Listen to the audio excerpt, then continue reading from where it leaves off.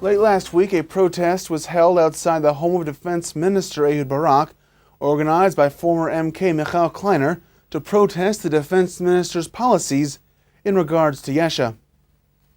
Defense Minister Ehud Barak is pushing for the evacuation of Jews from the Peace House in Hebron. While many of the Land of Israel loyalists are holed up in Hebron, there are those who decided to take the fight to Ehud Barak. The protesters related to the demolition of the Fetterman farm near Hebron a few weeks ago as well, and titled the protest, "You made a mistake with Fetterman, don't make the same mistake again with Peace House."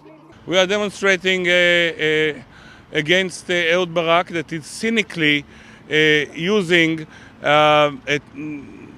tools of the State of Israel to fight the settlers, using the left-wing Supreme Court left for him by Arutz Barak to try to get votes in his desperate situation.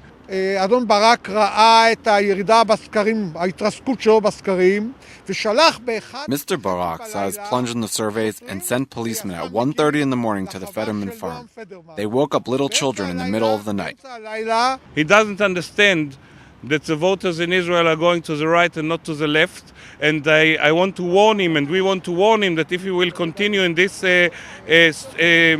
dangerous path, he will find himself near the thresholds of not being elected with the Labour Party, which once used to be a big party. אדון ברק, זה היה צעד ראשון נגד פדרמן. Mr. Barak's first step was against Fetterman, and his second step, in order to go up in the polls, is to evict the Jews in Peace House.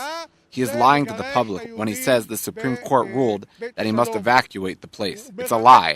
The Supreme Court only said it's in the jurisdiction of the authorities. If there were no elections in 2 months, these Jews would be safe.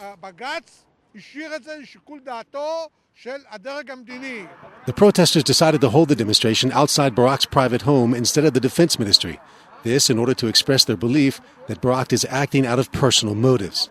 Let the campaign of the Labour Party finance his adventures, which are all election and not the state, and he's using people of the army to destroy the legal house in Hebron because his motivation is election. His motivation is private.